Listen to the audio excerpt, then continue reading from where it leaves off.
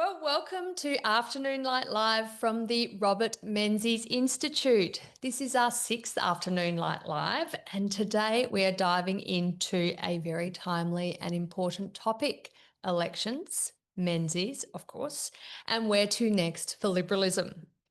Well, the federal election is done and dusted.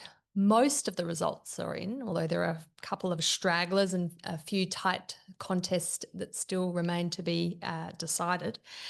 But the Labor government, led by, of course, Anthony Albanese, has been emphatically returned for a second term.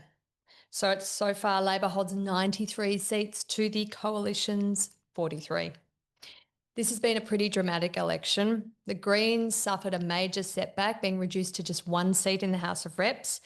And the Teals managed to hold almost all their seats except for one, maintaining 9 seats that they had in the 2022 election.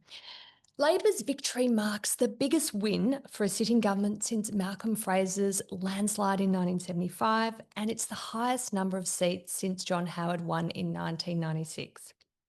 Notably, it's the first time since World War II that a government has increased its majority while seeking a second term. This is a stunning turnaround considering just a month ago we were wondering whether Albanese's government would go the way of James Scullin's one and done.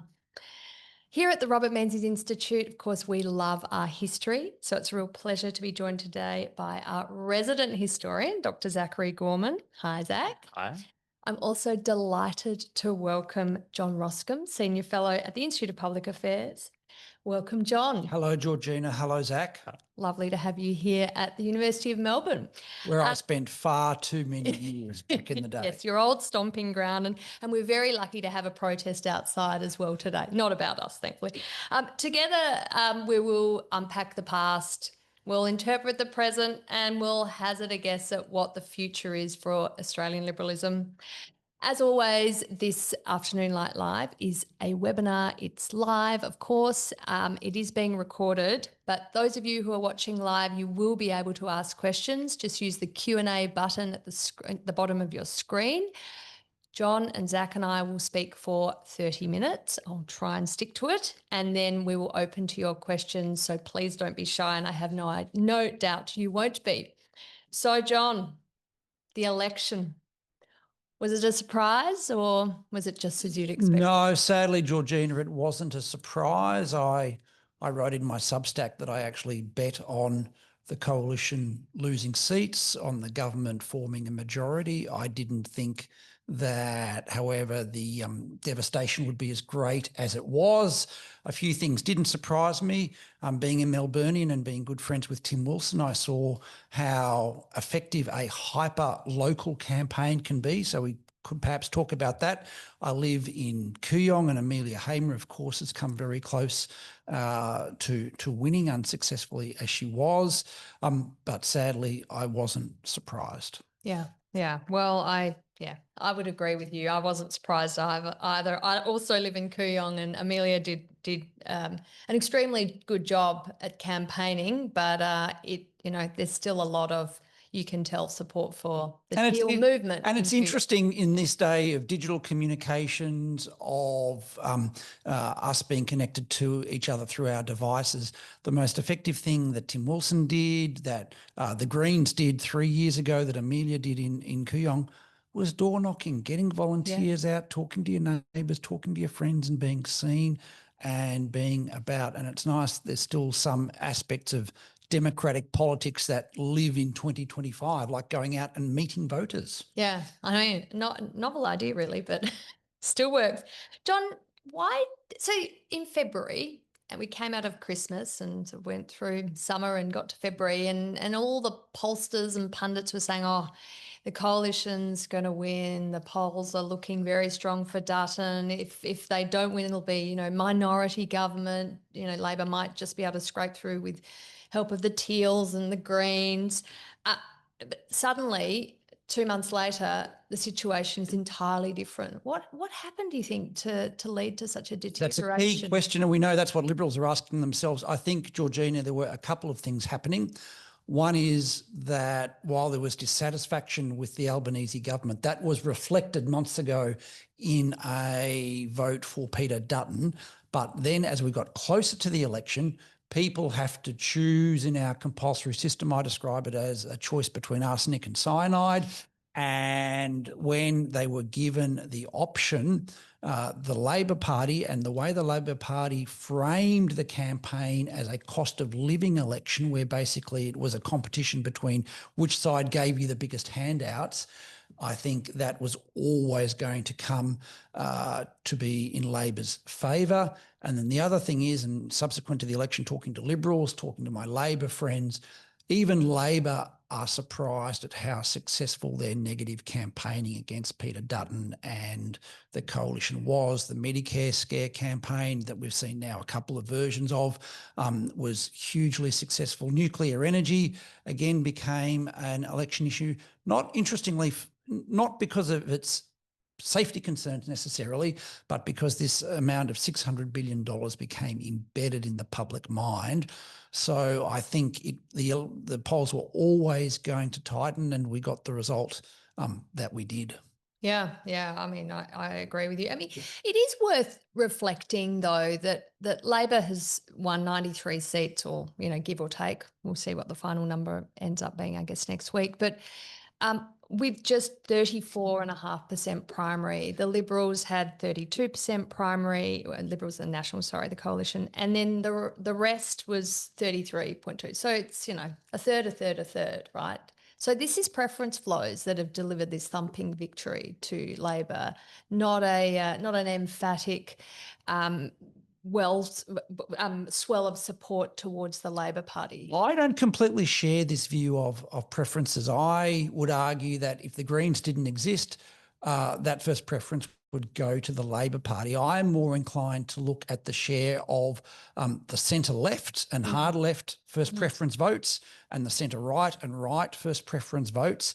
And I think it probably does. The share of seats in the lower house certainly does, from my perspective, sadly reflect, I think, where the Australian public is at. We can have a discussion as to whether proportional representation is something the Liberals should push for, or first past the post. But I think this share of the seats in the House that Labor has is about where the Australian public is. Yeah, I mean, that's an interesting analysis. I know we've talked, Zach, about how the right-wing minor parties, their votes matched about the vote of the Greens, about 12% apiece. But if you then consider the teal vote, some of the independent votes as being in the sort of centre-left bucket, then you're seeing that primary vote get pushing 60%, aren't you? I mean, for me, just on that, the thing that struck me most about, well, one of the things is the very low turnout. We are looking at the potentially lowest turnout since the introduction of compulsory voting. A lot of people getting that $50 fine, John. That's right. A lot of apathy. Zach, how unprecedented, though, is it to have this a third? So a third going to independents, minor parties? It is completely without precedent since the birth of the original two-party system in 1909. This has never happened before. It's very reminiscent of the 1903 election result that Alfred Deakin famously labelled the 311s, implying that you can't play cricket with three teams. We don't have three teams at the moment. The preference flows and how it's broken down in individual seats has meant that Labor has this overwhelming majority. But what that overwhelming majority masks is that the trend is continuing. The trend is continuing of people who don't like either of the minor parties, even though major parties, even though it didn't shake out this time. The likelihood of minority governments and hung parliaments and all the rest of that is only increasing. And that happens because both major parties are unpopular. This is not just the Liberals that are unpopular. I mean, Labor were almost 2 points below where they were in 2004 when Latham's handshake lost them the election in that landslide. If the Liberals want to have any sort of solace, they did at least do better than the UAP in 1943, which again speaks to the fact that it is both sides whose primary vote has really tanked. Yeah, so the Liberals' primary vote, we just said, or the coalition's is 32% this election. In 1943, the UAP, I think was it 30.44? It got at the 43 election, and then it was disbanded as a political party. So anyway, draw what conclusion you would like from that. Zach, in 1909, when we sort of first see the two-party system emerge in Australia, and of course it goes through different iterations as the centre-right evolves, it was the joining together of sort of two parts of the centre-right to solidify that. I mean, is there a lesson we can learn from that time that maybe gives the two-party system, I guess, some hope, or are we really going to see a future where minor parties' independents are going to become more and more of a political force? I mean, I do have the figures here of just the last three elections. In 2019, 25.22% voted for a minor party, an independent. 22, it was 31.72. This election, 33.2. So it's going up quite neatly. There's sort of no hesitation with this trajectory. Well, I always say that the fact that we end up with a Labor versus Liberal political divide before the First World War, and then it's sort of interrupted by the First World War and the Great Depression, and comes back towards the end of the Second World War, suggests that these are the sort of natural fault lines of Australian politics, that our centre-right always has to incorporate these ideals of liberalism and individual freedom and all the rest of it. That is what defines the Australian centre-right. It's called the Liberal Party for a reason. It's not a mistake that it's called so. But another lesson in 1909 that's probably a less inspirational lesson is that nothing quite unites the Liberals as their opposition to Labor. They were protectionists and free traders who disagreed philosophically on an awful lot of things, but they agreed that Labor's form of socialism was too much even for the protectionists, and they were hell-bent on protecting the Constitution. That's the other thing that really united them, was all the referendums that the early Labor Party was pushing, because let's not forget that the Labor Party had opposed federation. They were never happy with our constitution. Yeah. John, you spoke about the nuclear policy. I mean, that was one of the policies I really liked, and I was excited that the coalition was pushing that last year, but it did seem to just be put in sort of the back shelf of the pantry and hidden away with the, out of date spices that you hadn't touched in 16 years. So, what Have happened? you looked into my pantry lately? That's exactly the case. Has those out of date spices, and I feel like poor little nuclear energy was with them. Tell me, I mean, was it because the coalition got to, I mean, we're speculating, we weren't inside the campaign room, but was it because the coalition got to February and thought, look, it's going really well, but there's a bit of sort of nervousness, squeamishness about nuclear, so let's go small target and safe, and just campaign on cost of living and 25-cent fuel excise cut? Or was this a missed opportunity that we could have had a genuine policy debate, a big ideas policy debate that represented two different visions of Australia?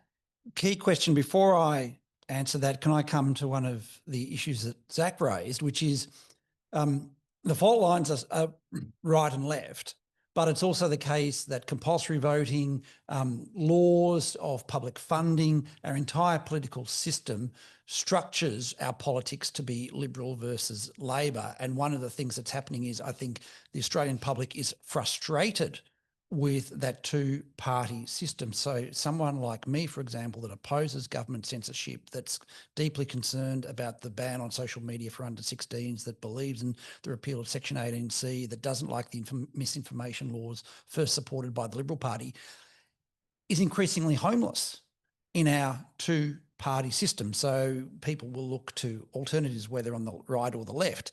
In relation to, but to come to your question, Georgina, about nuclear power, my view has always been nuclear power was the coalition's second best option. most of the coalition party room would like to dump net zero tomorrow. It was forced upon them by Scott Morrison.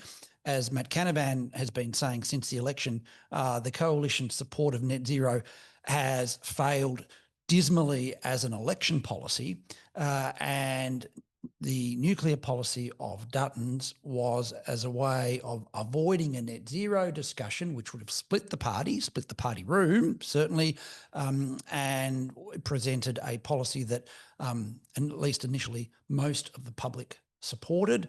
But I think the public, to their credit, also understand that nuclear power is expensive. It's not as expensive as $600 billion, but it will cost a lot of money, and it's a long way into the future. And it was becoming less of an electoral asset as time went on. And the other thing, and this applies to discussion about nuclear policy, about any of the positive policies that the coalition had. The coalition had a series of good education policies as well. But there was a very strong feeling that, and I had a senior shadow minister say this to me, Georgina, some 6 months ago, and they were committed to good policy too, but they said any policy that we put forward will detract from our attacks on Labor. Right. That was the problem, but they forgot that it's not just one thing for voters to not like Labor. You actually, as Zach was pointing out, you have to get people to like you or at least dislike you less. Yes. And that didn't happen. No, well, it clearly did not happen. But I mean, I did think that there wasn't a baseball bat out for Albo. No, there wasn't. The end. That's right. There definitely was for Scott Morrison in 2022. It was for Keating in 96. That's right. So without a baseball bat, you weren't going to get a Labor government ceremoniously turfed out after one term in office. The other thing is there was no offering of a plan for the future from the coalition, a clear plan. It's like the only thing I can really remember is the 25-cent fuel excise cut.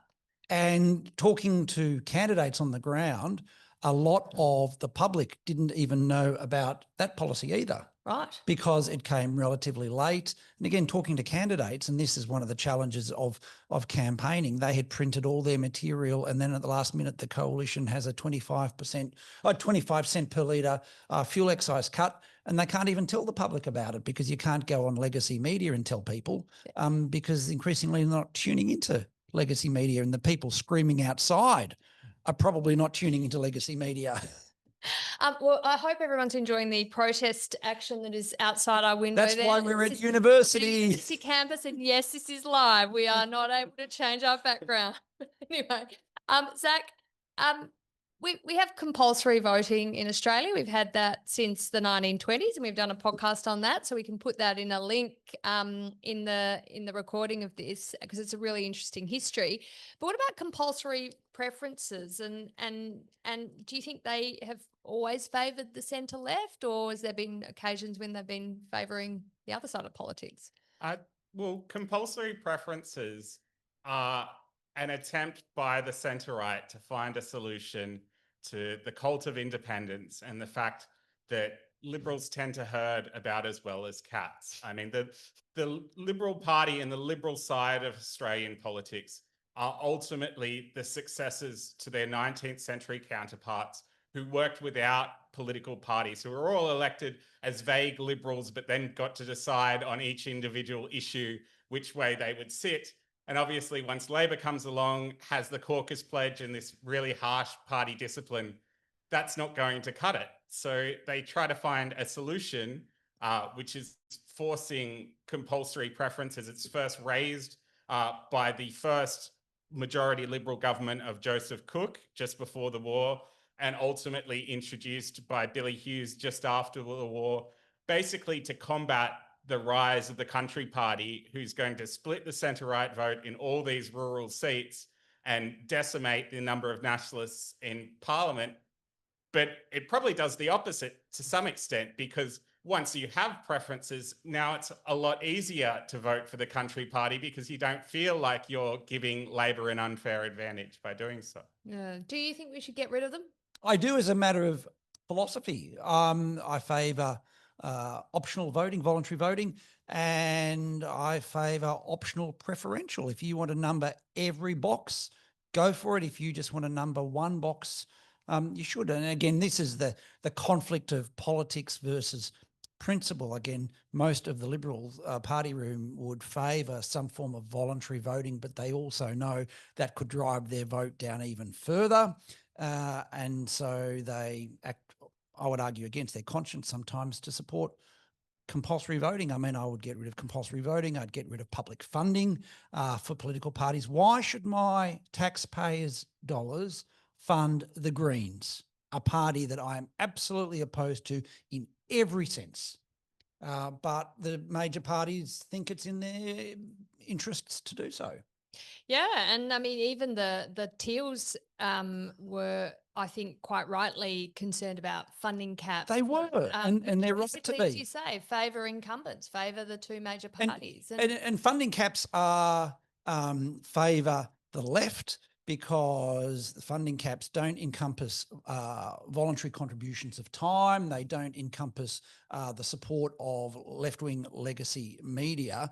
For the centre-right, for the Teals, for independents, money is the only way that some of that playing field can be balanced up. But again, the Liberal Party caved in to the Labor Party because the Labor Party said, well, if you don't do a deal with us, we'll do a deal with the Greens and we'll even make it worse.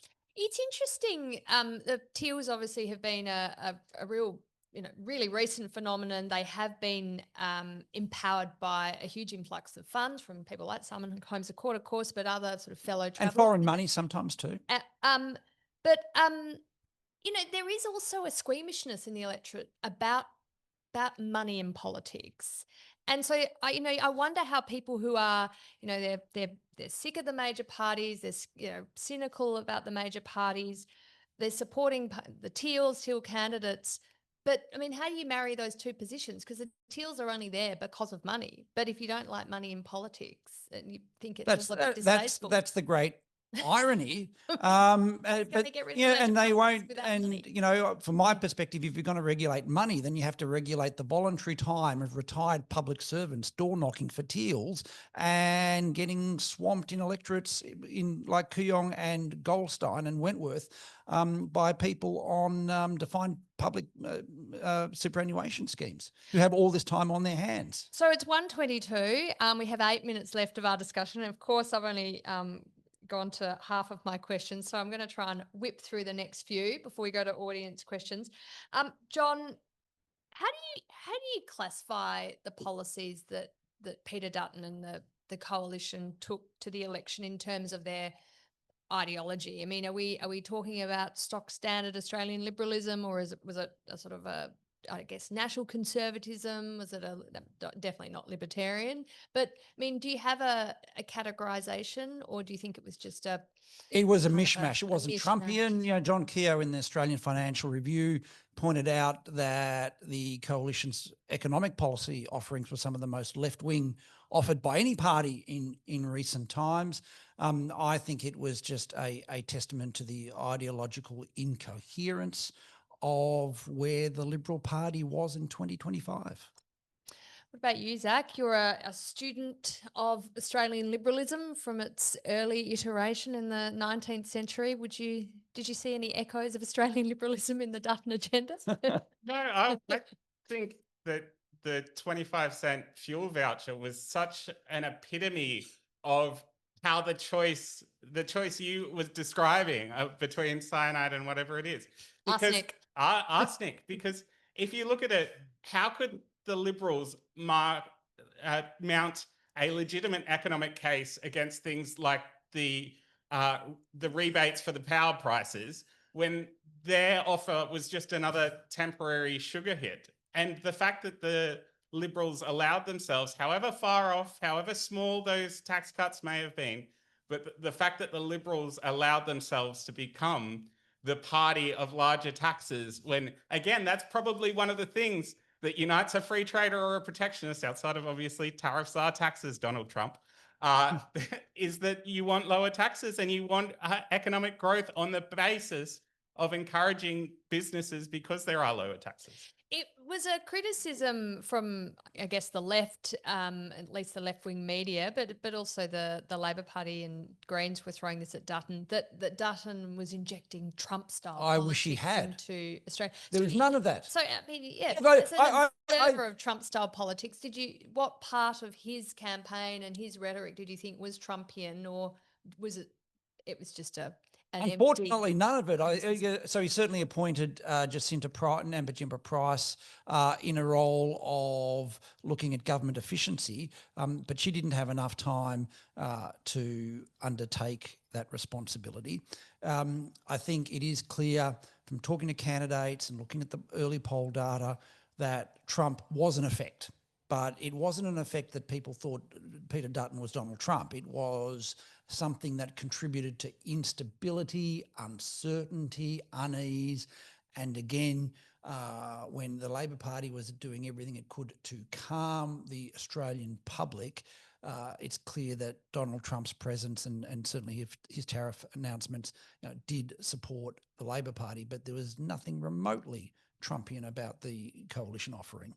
I should just say to our audience, in 4 minutes, we'll throw to your questions. So if you're wondering how to do that, there's a Q&A button at the bottom of your screen, and you just press that, type your question in, and it'll get to me somehow, and I'll be looking down here for your question. So thank you to those who've already asked a question.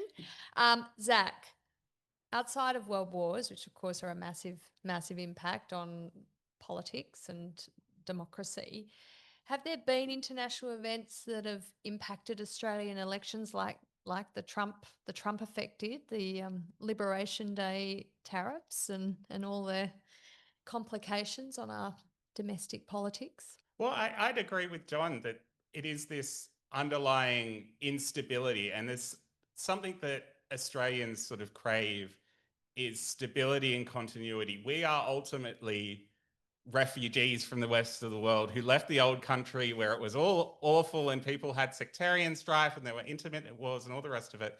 And we just want to be left alone at the ends of the earth.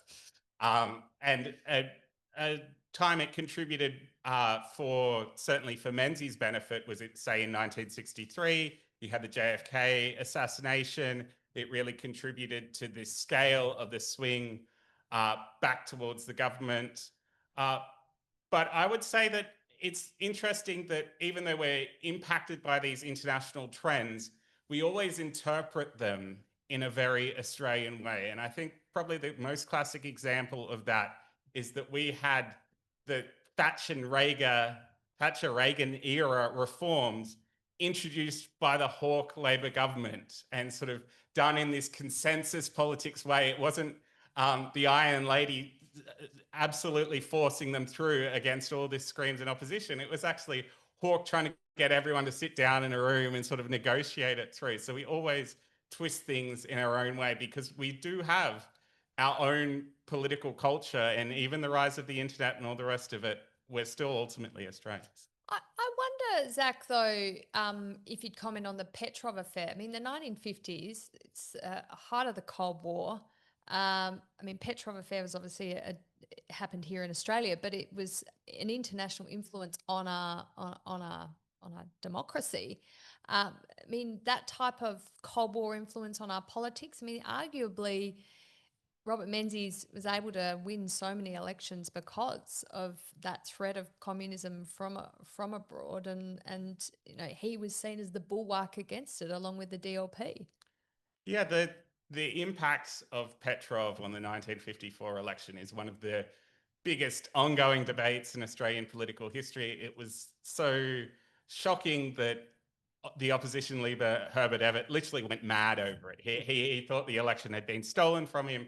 He lost his marbles. He presented Molotov's letter in the middle of the Australian Parliament. For those who are not familiar with the Petrov affair, Molotov was the Soviet foreign minister who, when asked by Doc Evatt, the opposition leader, whether the Soviet Union had any KGB agents in Australia, said no, of course not. And Doc Evatt held this letter up as sort of evidence that, of course, we don't have Soviet agents, which, anyway, it spoke for itself, really, of his descent into madness. Yeah, and the same Molotov known for the Molotov-Ribbentrop Pact, where the USSR teamed up with Hitler to invade Poland. So a really reputable character whose word could be taken as the gospel truth.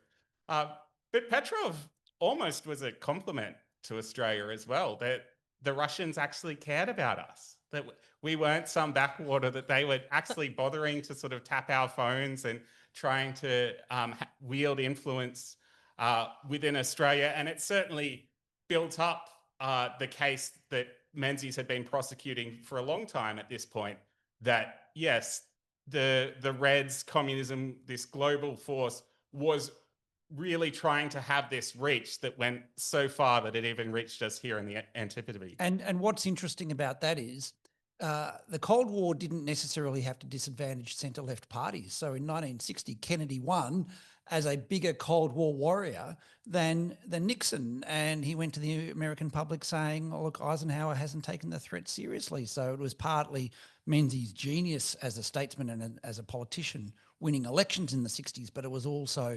a testament to the failure of Labor's response to the threat of communism.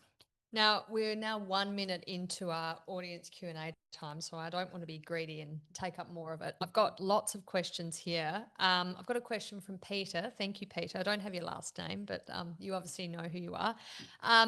What happened to the "we believe" statement, I think he means? How come the Liberal candidates never mention it? I did notice on the radio, I think it was yesterday, the Vice President of the Liberal Party, Fiona Scott, she mentioned it a lot.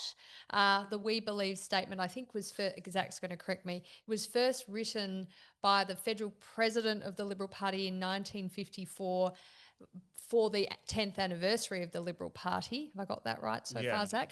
And then it was reissued, I think, in 1994 for the 50th anniversary of the Liberal Party with sort of more contemporary language, because some of it had dated a bit. It's a statement of values. John, you're a long-time Liberal Party member. I mean, some 35 years, perhaps an uncomfortable membership for you on many occasions. But I mean, it's uncomfortable when I lose pre-selection, definitely. Maybe if you quoted the "we believe" statement more, you would win pre-selection. There's a couple of things. I mean, the "we believe" statement sits at odds with many of the coalition's policies, as Zach was outlining, and not just these policies, but previous policies over the last decade or so. There's a tension between the Liberal Party and all political parties wanting to choose local candidates. And we've just talked about the importance of local campaigning and hyper-local campaigning. So the Liberal Party, the Labor Party, the Teals will want someone who's connected to their community. But that doesn't necessarily mean they're steeped in Liberal values. And we all know the situations of people having been Liberal Party members for 5 minutes before they become Liberal Party MPs. So it's a tension for someone like me. I don't believe that everyone needs to have, and I'm looking at David Kemp's wonderful History of Democracy and Liberalism in Australia. I don't think every Liberal MP or candidate needs to have read all 5 volumes, but some of them should have. Some of them should have read, Zach's book. Some of them, should be reading that. Forgotten People broadcasts. I'd argue we've gone too far the other way. We've got too many great local candidates who've been local councillors or mayors or community champions, and we need that, but we don't have anyone who could tell you about the forgotten people speech other than perhaps give us a sentence. Yes. The Holmes material, Holmes spiritual. Yeah, but probably not much more Lifters than that. and leaners, that's about all they know. Yeah. A question from Professor Timothy Lynch, Robert Menzies Institute board member, so I better read out Tim's question. Thank you, Tim. Was the ALP much cannier in dealing with the Trump effect? Albanese evidently watched how Trump prospered as an anti-woke warrior. He determined he would not offer Dutton that target. He campaigned from the Labor centre. He eschewed cultural issues. He dropped the voice like a stone. And he did, actually. Yeah, he left Dutton few things to throw back at him. What do you think? What a wonderful question. Oh, very good question. From the professor. No, I think that's right. There's a few things the Liberals were certainly scared off talking about any aspect of culture. It was hugely significant that a couple of days before the election, just after Peter Dutton had made a reference to woke education, he was then asked to follow up, and then he quickly backtracked and said, no, I'm not going to talk about that because he literally said, because research tells us people only want us to talk about cost of living. Now, from my perspective, the Liberals can certainly talk about cost of living and education at the same time. You could tell the uncertainty about welcome to country. Peter Dutton, I think, had 3 or 4 different positions in the course of 5 days. The Labor Party at every level was cannier. I know that Peter Dutton was advised to attack Donald Trump, to neutralise some of those attacks from Labor. He didn't. I don't know whether that would have worked anyway. I think the Trump effect is one of those circumstances and events that invade a political campaign that are hard to plan for, and one side will have some luck and the other side won't. It is interesting, Tim's point about Albanese dumping the Voice, in terms of, he just says it's done, it's over. And I mean, yes, but the Liberals and Penny Peter Dutton Wong let him do it. Yeah. But I mean, Penny Wong did say one day we'll get something, but it was sort of, so from my perspective, clean campaign aside from well, Penny and Wong. the Liberals fell into that. So the Liberals believed the Labor line that this was only a cost of living campaign.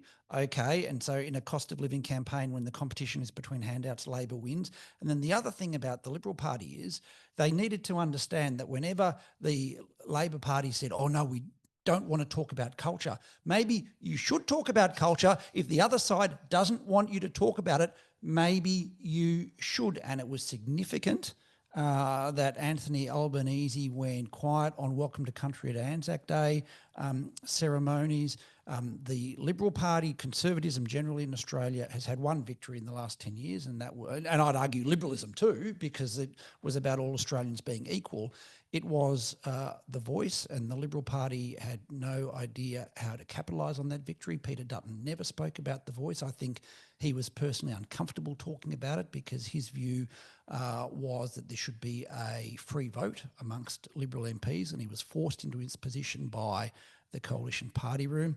And this goes to a much bigger question, and we're seeing it now. You've got Liberal MPs and senators saying that the Liberals shouldn't talk about culture, whereas, as Janet Albrighton has pointed out, everything is culture. Yeah. Zach, from a historical point of view, the loss of a referendum, the win in a referendum and then the loss in an election is very much Doc Evatt in the 51 referendum. He defeats Menzies, who's wanting to change the constitution to ban communism, but then never can win an election against him. So there's sort of echoes of that. I'd love your thoughts on whether that's what we're seeing with the Liberals. Have they become the Evatt Labor Party? Oh God. And then the other thing I'd want your reflection on is, you always talk about Menzies. It was so clear what he stood for. You agreed with him or you didn't, but people respected that he had a clarity of belief and philosophy, and so he'd argue the case down to the to the final vote in the election, and he was off. It was 7 times over successful in persuading people to vote more his way than the other way. I mean, is that that absolute belief in something and convincing people that you do believe in something, is that the sort of key to the future of liberalism? Well, it's interesting with the referendums. Yes, referendums have a long history of not necessarily impacting the government that puts them up. I mean, we have a long history of really long-term governments who stay in power for a long time, and we have a long history of referendums failing. Those two things can't be true simultaneously unless people are able to separate them. And I think it's really important to note that Dutton never fought against the Voice on first principles. It was never about liberalism. It was never about the basic equality of all citizens. It was always about unintended consequences and all this wishy-washy stuff, because the Liberal Party, as Damien Freeman, our fellow, would very well know, was heavily involved in designing the early stages of the Voice. But I think the key thing about Menzies and the key thing about, say, a Howard, the key thing about successful Liberal politicians is that if you fight on an issue-by-issue basis, Liberals tend to lose. They end up getting in bidding wars on, say it's health, say it's education, say it's cost of living relief, whatever it may be. If you fight it just on that issue, it's really hard to mount the case. What you have to mount the case for is an overall approach to government, and then all the dominoes fit into place. We can't spend money here because the overall spending too much will increase taxation, increase debt. That will make less opportunity for your children, blah, blah, blah, blah. It's about connecting it into this broader picture. And I think it's a skill that the modern Liberal Party has really lost. I guess the last time we had that was the Howard Headland speeches, was it? Well, we did, and we obviously had the Forgotten People and the podcast. point about Menzies, the point about Howard, the point about Abbott to some extent is they had decades of arguing, reading, losing debates. One of the criticisms you get from MPs is that Peter Dutton emphasised unity, and that was at one level a good thing, but it also meant there was no debate and discussion. There was very little of testing of ideas. For someone like me of my generation, growing up in the Liberal Party, watching the fights between the wets and the dries, you had wets writing books, you had dries writing books, you had arguments, and then you talk to ministers in the Howard government, and they talked about how that then set the framework for the 90s. And since the end of Howard, other than Abbott and maybe one or two others, we haven't had any Liberal or Liberal leader doing anything like that. Yeah, no, it's very true. They were the days, weren't they? The wets and the dries. I grew up with that, of course, in a house of a dry. A question from Julie. Thank you, Julie. How significant a factor is the failure of the Liberal Party to build a cohort of women as candidates in winnable seats? Has the success of so-called teal women damaged the Liberal Party by showing us there are competent women who didn't find a home in the Liberal Party?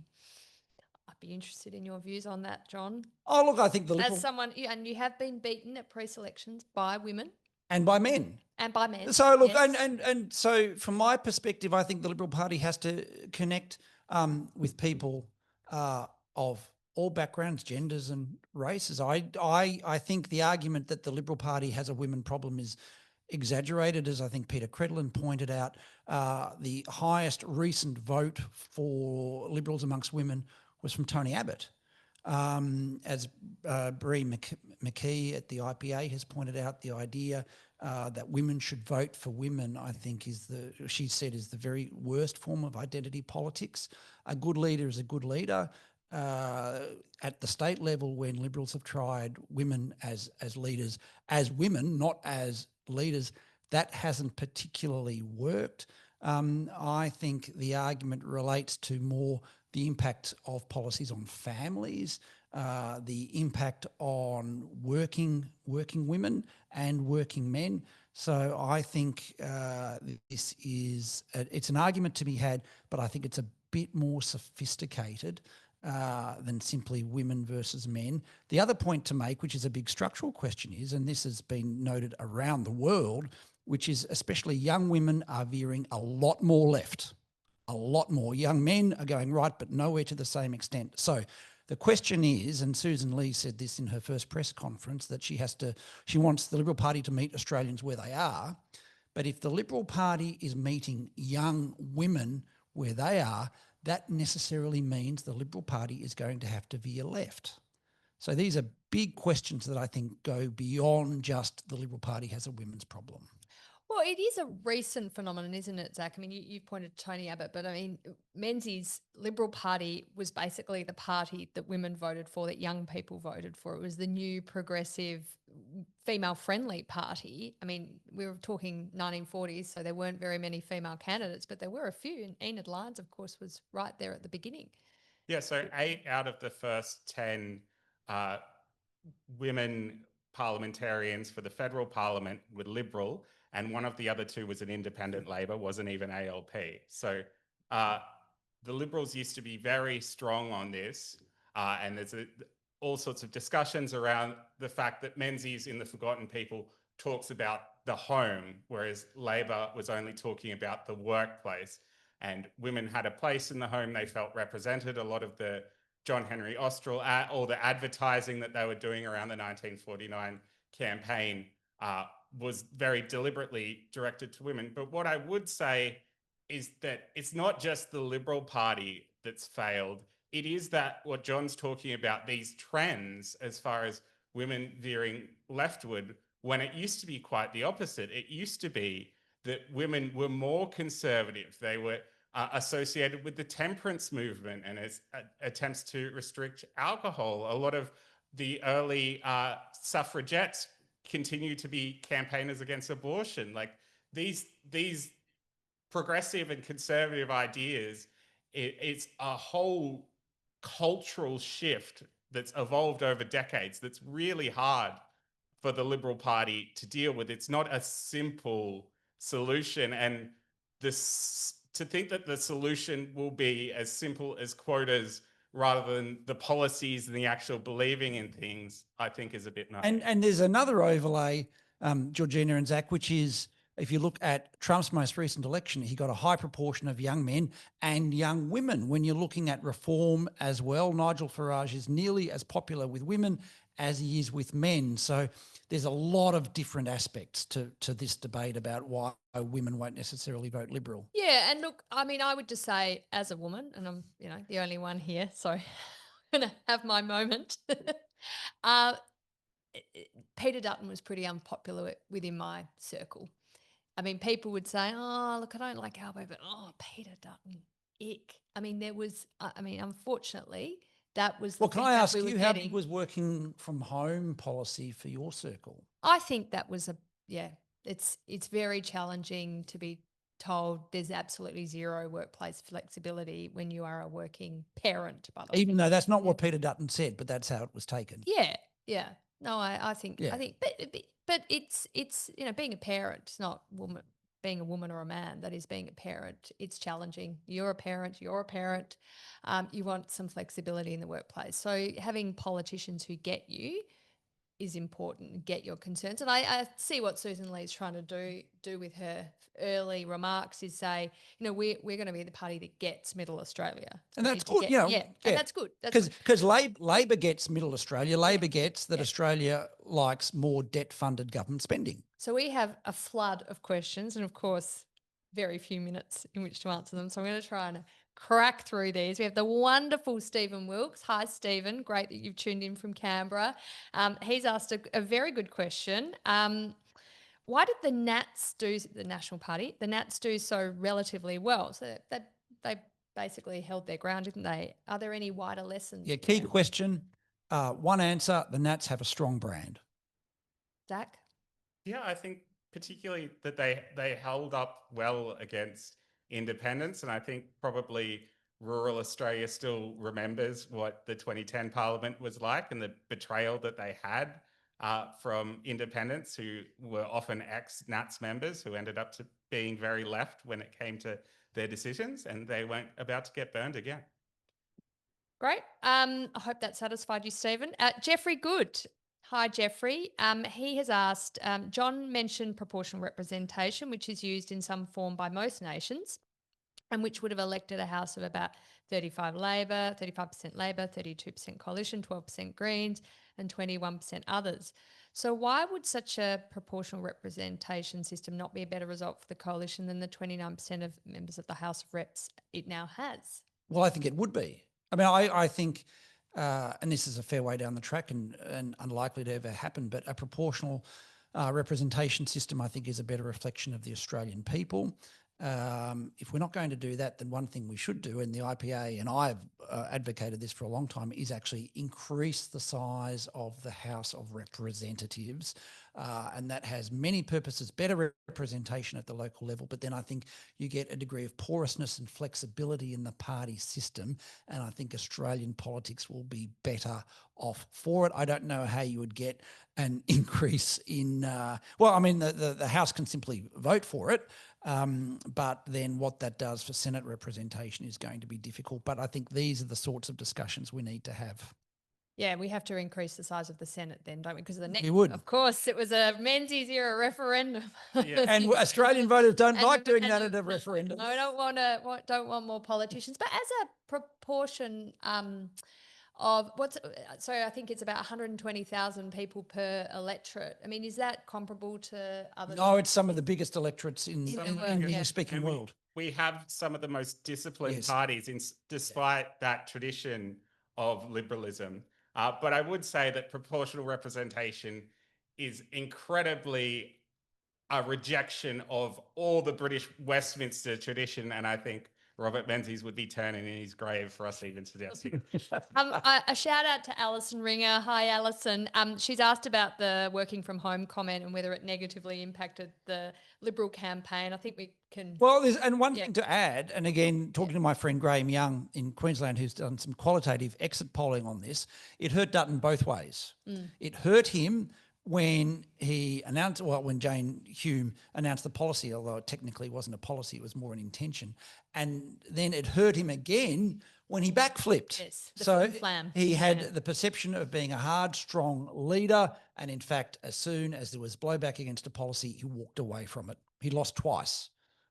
Holly Larkspur has asked two questions. One about the voice, which I feel like we might have covered enough. But what about, so she says, you touched on political apathy and decreased voter turnout. I'm curious to what extent you think this was based on unattractive policies from the coalition or I guess other factors. Oh, look, I'm not sure it's policies. I think it is as society is bifurcating, as we're becoming more intent on particular concerns, an increasing number of people don't feel they're represented by the political parties. I mean, again, as someone who believes in freedom of speech, the parties most committed to freedom of speech were Pauline Hanson's One Nation and the Libertarians. And I'm a 35-year Liberal Party member. I still voted Liberal, but the Liberal Party didn't speak to any of my concerns. Zach, do you have a view on why people weren't turning out? It'd be interesting to see the age breakdown, and because I think it would be overwhelmingly young people, which speaks to not just a lack of civics education, but a lack of belief in the system itself, that the system can actually produce change. So why waste your Saturday morning if you don't think it's going to make a difference? Commentary around the huge increase in voter enrolments this election. I think it was the largest increase. I mean, you sort of wonder about these things because we've just got a bigger population. We've got migrants, but is it young people being incentivised a bit more than in the past? But then they might have signed up, enrolled to vote, but didn't quite get there on the day. Well, the AEC does a very good job at getting people to enrol, but that's different from people turning up on Saturday or turning up for the 2 weeks basically that you had. And Zach made an important point about to a young person, does voting change anything? And this is a topic for another day. But what is the political system delivering to young people at the moment? If you were a young person, you would be pretty dissatisfied with both major parties. Well, there is a question here from Saul Eastlake. Hi, Saul. Hello, Saul. All the way from Tassie. Great to have you on the webinar. Now a solid Labor state. Yes, 100% Labor seats in Tassie. Amazing. I never thought Archer would ever be out of Parliament. That was one of the big shocks. Because I know many Tasmanians. I was down campaigning during the Voice referendum, and Bridget Archer was everywhere, and she seemed to be liked and respected, if not loved.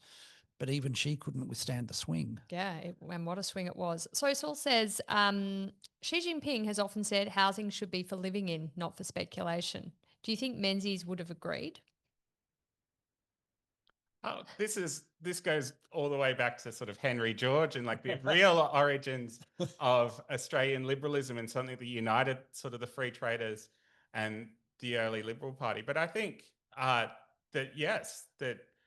we have reached a point at which property is the asset that everyone invests in. And I think it's not just about the policy settings around housing policy and negative gearing that contributes to that. I think it speaks to the fact that we have such a stagnant economy, such a highly regulated, highly taxed economy, that nothing else is worth investing in other than just buying some land and waiting for inflation to go up enough that it's worth more. It's a really stagnant... And immigration to push up those prices. So, Saul, I hear exactly what you're saying, but to go to Zach's point, and again, you talk to candidates who talk to people on the ground about this. Housing and a second investment property is one of the few ways that a regular, normal person, a teacher or a cop or a tradie can invest in something they understand. If we are to change the tax treatment of the residential home, of capital gains, of negative gearing, then I think it's a debate that we should have, but it has to be in an understanding that people have invested and planned on the basis of some degree of certainty. So I think there's a debate to be had about having this debate in an understanding, however, that this would provoke massive uncertainty and would probably kill any government attempting to do it. Yeah. I mean, the share market has historically outperformed the housing market. So, if you're looking for a way to grow your wealth, you are better off, well, historically at least, putting your money in the share market. But as you say, I mean, there's this sort of sense, I don't really get it. I don't understand it. It looks a bit risky. Housing always goes up, up, up, even if it's not going up as much. I just, there's always a share market crash around the corner, and yeah, there's a sense of nervousness. A question from another Robert Menzies Institute board member, the wonderful Dr. David Kemp. What can convince the Liberals to resume giving weight to the philosophy of the parties as articulated by Menzies? Continual election defeats. Okay. Yeah. But I think Zach said something really interesting, which is and this cuts across what so many current Liberal MPs think. The Liberals are best when they do philosophy. Actually, when they talk about big things. So it's ironic. So the Labor Party presents itself as the party of intellectuals, but basically they're the party of spending money in a pretty narrow sense. And well, not just spending money from future generations. It's the Liberal Party who are best at big ideas. But the paradox is it's those big ideas, the big cultural, social, economic debates that the Liberals shy away from and that we have forgotten about how to argue. So, David, it's wonderful to hear from you, but we're talking about the wets and the dries, about the Kemps and the Downers and the Hydes and the McLaughlins, and then on the other side, the Publics and so on. None of that debate is taking place now. Liberals are afraid to engage in those debates, and I saw this firsthand when we first saw the attempts to regulate the media and censor the press some 20 years ago under Julia Gillard. It started to begin. The Liberal Party had basically no capacity to debate a simple principle like freedom of speech. They had lost the capacity to argue from first ideas.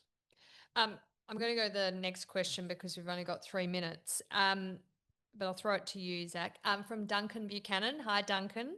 Has the Liberal Party forgotten these people? I think by which he means the forgotten people, the middle class. Has it lost contact with its natural constituency? What should it do to win these people back? I mean, perhaps drawing on what John has just said.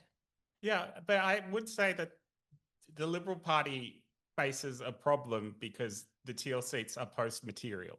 So the values of the forgotten people, the values of frugality and saving and earning your place in society and owning that little piece of earth, they're not going to appeal to the teal seats. They will appeal to outer suburbia, but you've got the historic legacy of all these people who for generations have voted Labor, who have this repugnance when they even hear the name Liberal. How you break through to them, it really is the sort of Rosetta Stone of speaking to Middle Australia that the Liberals haven't figured out at the moment. Howard was able to do it with the Battlers, so it can be done, but they need to do it even more now because of the Teals. John? But there's a huge resistance to that. And again, I saw this on the ground, knowing the candidates, and Daniel Wild, my colleague at the IPA, ran in the seat of Spence, a 12%, now a 14% Labor seat, a 70% no vote. There's also no Liberal infrastructure. Exactly as Zach said, these people have voted Labor for generations, understandably, and they've never seen a Liberal. And the Liberal vote in Spence was about 25%. We are at the end of this afternoon live. It is 1:59, so I'm going to use the final seconds to say a huge thank you to John Roskam for joining us here at the wild and wonderful campus of the University of Melbourne, here in the Robert Menzies Institute in the Old Quad, and to Zach, thank you as ever for your insights. if you are in Melbourne next week, we have a wonderful launch of our new exhibition on Australia's First Lady, Dame Patty Menzies. It's an afternoon tea from 3 till 5. We'd love to see you here in our museum. So please jump on the website and book your spot. There are very limited spots available now, and we are so pleased to have Diana Menzies speaking to us at the launch. She's the granddaughter of Dame Patty and, of course, Sir Robert. Thank you so much for joining us on Afternoon Light Live. We will be putting this up on our YouTube channel very, very shortly, so you can share this with your friends and family. Thank you.